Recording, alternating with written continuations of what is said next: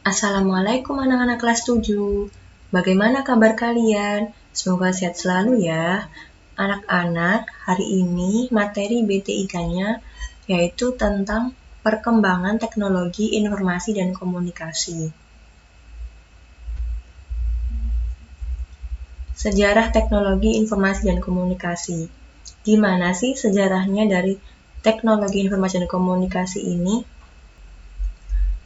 Pada masa prasejarah, yaitu tahun 3000 sebelum Masehi, bisa dilihat gambar yang sebelah kanan ini adalah gambar manusia purba pada zaman prasejarah. Mereka berkomunikasi dengan cara menceritakan pengalaman mereka di dinding-dinding gua. Bisa pengalaman berburu atau juga terkait binatang buruannya. Obrolan mereka saat itu sebatas dengusan, bahasa isyarat, dan juga gerakan tangan. Lalu ke masa sejarah, yaitu tahun 3000 sebelum Masehi sampai 1400 Masehi.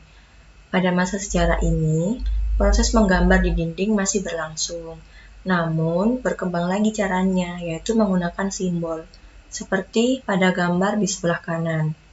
Nah, masuk ke masa tahun 500 sebelum Masehi, bangsa Mesir kuno menggunakan pohon papirus sebagai kertas. Selanjutnya diikuti oleh Sailun dari bangsa Cina, juga menemukan kertas dari serat bambu. Nah, ini merupakan cikal bakal dari kertas yang sampai saat ini kalian gunakan untuk belajar itu. Lanjut, yaitu masa modern, pada tahun 1400 Masehi sampai sekarang. Nah, pada masa modern ini, teknologi komunikasi dan informasi telah memungkinkan informasi bisa menyebar sangat luas. Di masa ini ditemukan koran, telegraf, telepon, mesin ketik, radio, televisi, sampai internet. Lalu setelah sejarah teknologi informasi dan komunikasi, ini adalah sejarah perkembangan komputer. Bagaimana sih perkembangan komputer itu? Apakah komputer itu ujuk-ujuk seperti komputer yang biasa kita lihat? Sepertinya tidak. Perkembangan komputer terdiri dari beberapa generasi. Yang pertama, komputer generasi pertama, yaitu pada tahun 1940 sampai 1996. Nah, gambarnya seperti itu. Itu ada orang dan di sekelilingnya adalah, yaitu komputernya. Bagaimana sih ciri-ciri komputer generasi pertama? Yang pertama, ukuran fisik komputer besar. Yang kedua, komponen yang digunakan adalah tabung hampa udara untuk sirkuitnya. Nah, inilah yang menyebabkan komputer generasi pertama ukurannya sangat besar. Yang ketiga, cepat panas. Yang keempat, proses kurang cepat. Yang kelima, kapasitas penyimpanan kecil. Dan yang terakhir, memerlukan daya listrik yang besar. Lalu ada komputer generasi kedua, yaitu pada tahun 1956 sampai 1963. Gambarnya seperti itu komputernya. Lumayan mengecil kan ya, dibanding yang komputer generasi pertama. Lalu apa sih ciri-ciri dari komputer generasi kedua ini? Yang pertama, ukuran fisik lebih kecil dibanding generasi pertama. Yang kedua, kebutuhan daya listrik lebih kecil. Yang ketiga, menggunakan teknologi sirkuit berupa transistor dan diode untuk mengganti tabung vakum. Yang keempat, proses operasi sudah lebih cepat.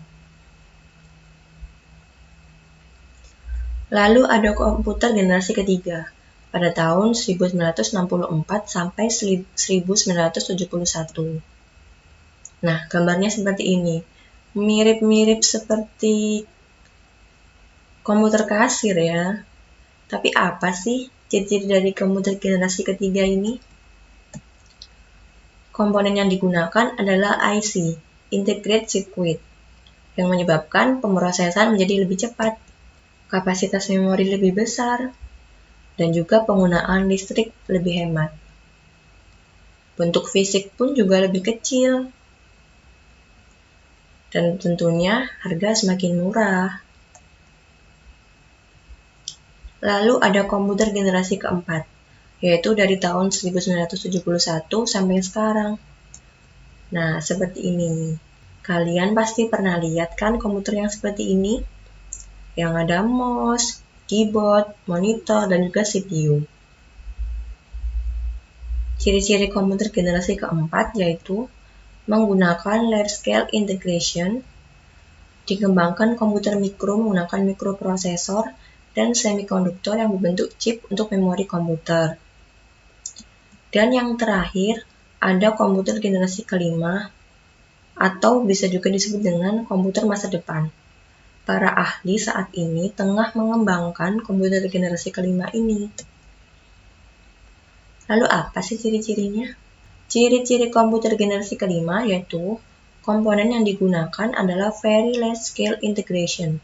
Kalau di komputer generasi keempat tadi menggunakan large scale integration, di komputer generasi kelima ini sudah menggunakan very large scale integration. Selain itu, para ahli juga sedang berusaha untuk membuat komputer generasi kelima ini dapat menerjemahkan bahasa manusia sehingga manusia dapat bercakap-cakap langsung dengan komputer. Wah, hebat banget kan? Selain itu, komputer generasi kelima ini juga berbasis Graph User Interface, multimedia dan juga multikomunikasi. Nah, itu tadi materi hari ini. Lalu ini ada sebuah quotes dari Agim. Bila memiliki banyak harta, kita akan menjaga harta. Namun, jika memiliki banyak ilmu, maka ilmulah yang akan menjaga kita. Jadi, tetap semangat belajar. Kalau capek, nggak apa-apa istirahat, tapi setelah itu semangat lagi. Oke, terima kasih anak-anak sudah menyimak video ini sampai akhir. Semoga sedikit ilmu yang Ibu berikan hari ini bisa bermanfaat untuk kalian.